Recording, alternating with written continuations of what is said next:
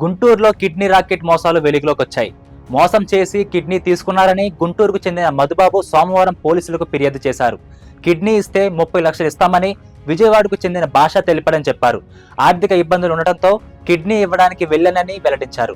విజయవాడలోని Vijay super speciality ఆసుపత్రిలో operation చేశారని, డబ్బు ఇవ్వకుండా డాక్టర్ శరత్ బాబు, మధ్యవర్తి భాష, కిడ్నీ గ్రహీతలు తనను మోసం చేశారని బాధితులు ఆరోపించారు. ఎంతో మంది డబ్బాస్ చూసి కిడ్నీని తీసుకున్నారని బాధితులు వాపోయారు.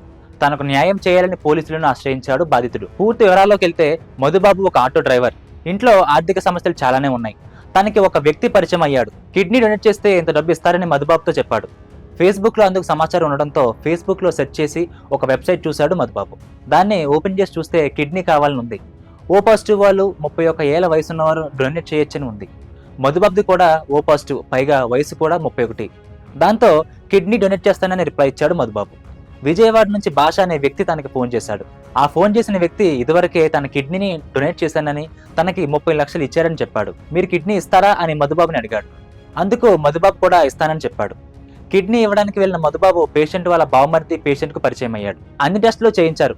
కిడ్నీ ఇవ్వాలంటే ఫ్యామిలీ ఫ్రెండ్ అయినా ఉండాలి, లేదంటే ఫ్యామిలీ బ్లడ్ రిలేషన్ అయినా ఉండాలని చెప్పేసి డాక్టర్లు మధుబాబుకి చెప్పారు. అయితే మధుబాబుకి రిలేషన్ లేదు కాబట్టి తన అడ్రస్ ను మొత్తం మార్చేశారు.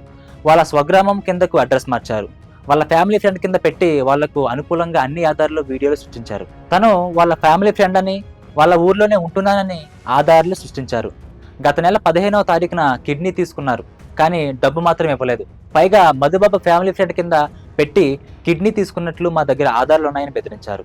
తనకి టెస్టులన్నీ చేసి లెఫ్ట్ కిడ్నీ తీసుకుంటామని ముందు చెప్పి ఆ తరువాత లెఫ్ట్ కాకుండా రైట్ కిడ్నీ తీసుకున్నారని బాధితులు వాపోయారు. తనకి టెస్టులన్నీ చేసి లెఫ్ట్ కిడ్నీ తీసుకుంటామని ముందు చెప్పి ఆ తరువాత లెఫ్ట్ కాకుండా రైట్ కిడ్నీ తీసుకున్నారని బాధితులు వాపోయాడు. కలకలం రేపుతున్న కిడ్నీ రాకెట్ మోసాలు కొన్ని బయటకు వస్తాయి, కొన్ని రావు. జాగ్రత్తగా ఉండండి. ఒక అతను పరిచయం అయ్యి ఇట్లా కిడ్నీ డొనేట్ చేస్తే ఇంత అమౌంట్ ఇస్తారు, అది ఇది పలానా ఫేస్బుక్లో ఉందని చెప్పాడు. సరేనని నేనే ఫేస్బుక్లో సెర్చ్ చేస్తే కిడ్నీ ట్రాన్స్ప్లాంటేషన్ అని ఒక వెబ్సైట్ ఉంది. ఆ వెబ్సైట్ ఓపెన్ చేసి చూస్తే ఓ పాజిటివ్, బి పాజిటివ్, నీడు, ఏజ్ 31 to 33 అని చెప్పారు.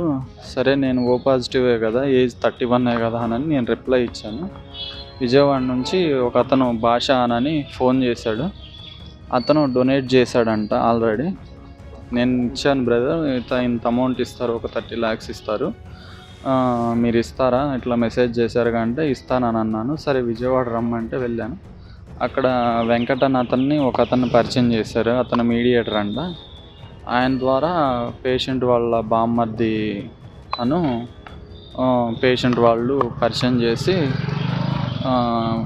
బ్లడ్ టెస్ట్లు అన్ని టెస్టులు చేయించి క్రాస్ మ్యాచింగ్ ఇంకా దానికి సంబంధించిన టెస్టులు అన్నీ చేయించి అన్ని క్రాస్ మ్యాచింగ్ ఓకే అయిన తర్వాత ఈ కిడ్నీ డొనేట్ చేయాలంటే ఫ్యామిలీ ఫ్రెండ్ అయినా ఉండాలి, లేకపోతే ఫ్యామిలీ బ్లడ్ రిలేషన్ అయినా ఉండాలంట.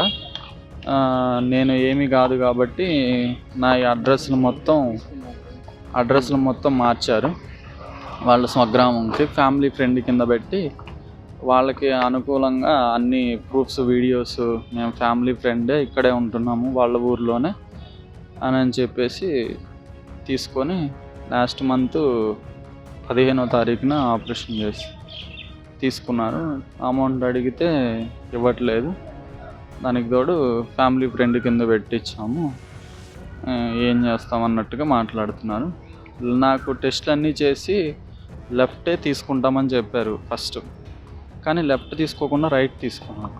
డబ్బులు నవంబర్ నుంచి ఇప్పుడు దాకా మన జూన్ 15 ఆపరేషన్ అయ్యే వరకు నెలవారీ ఖర్చులకి, అంటే ఇంట్లో వాళ్ళు పట్టించుకుంటే అలానో టిప్కి ఒక 5,000, 15,000, నెలకు ఒక 15,000 అట్లా ఫోన్ చేసి వేస్తూ వచ్చారు.